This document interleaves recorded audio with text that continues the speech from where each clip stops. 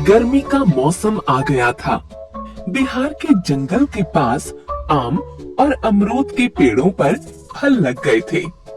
तोतों के झुंड हमेशा पेड़ों के पास मंडराते रहते थे, फल खाते रहते थे। उनकी टेंटे की आवाजें बंद होने का नाम ही नहीं लेती थी। शाम होने वाली थी।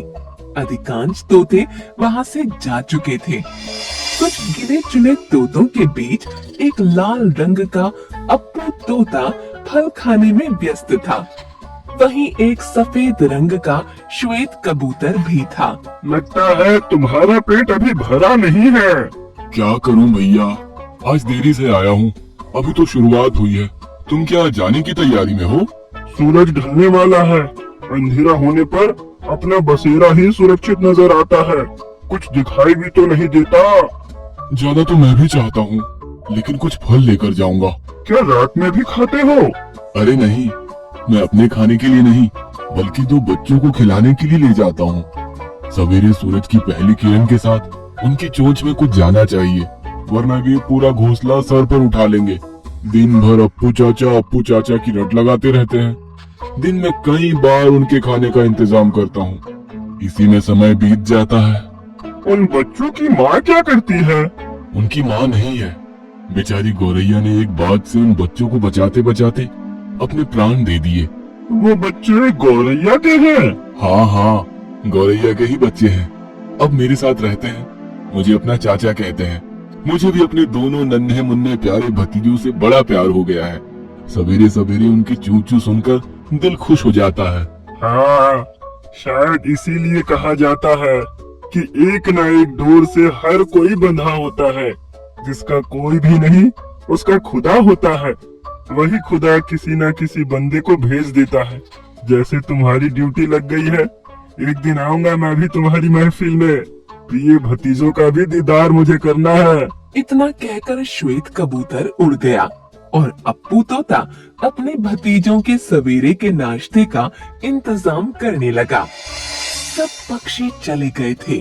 अकेला अप्पू बच्चों के लिए नरम फल ढूंढ रहा था। सूर्यास्त हो गया।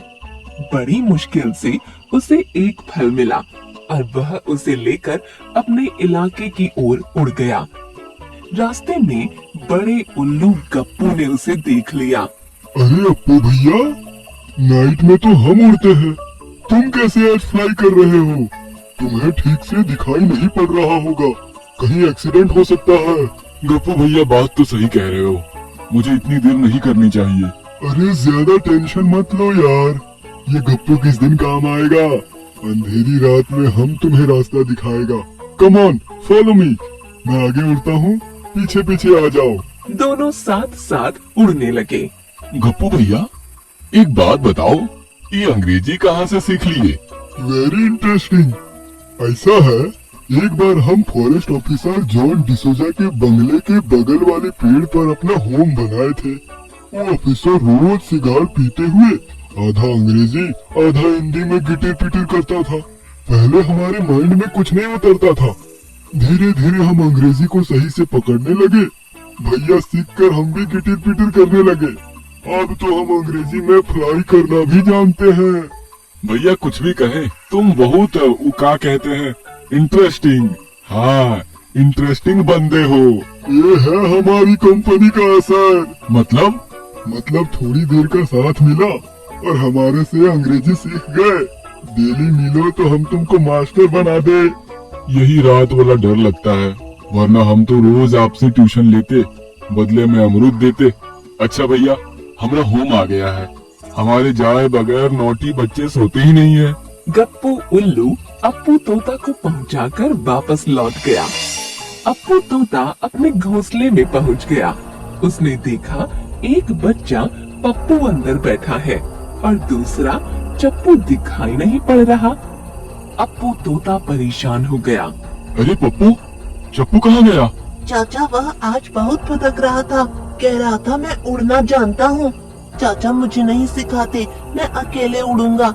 मैंने उसे रोका तो कहने लगा तू यहीं बैठा रह, मैं सैर सपाटा करके आता हूँ। चाचा वह गया और फिर लौट कर नहीं आया। अरे ये तो बहुत बुरा हुआ। चप्पू को कहाँ ढूंढा जाए? श्वेत कबूतर को बुलाता हूँ। पप्पू, तुम उनके साथ रुकना, मैं चप्पू को ढूंढ लूंगा।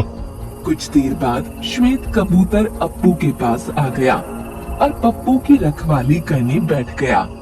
अप्पू तोता चप्पू को ढूंढने निकल पड़ा। रात में उसे कुछ भी सूझ नहीं रहा था।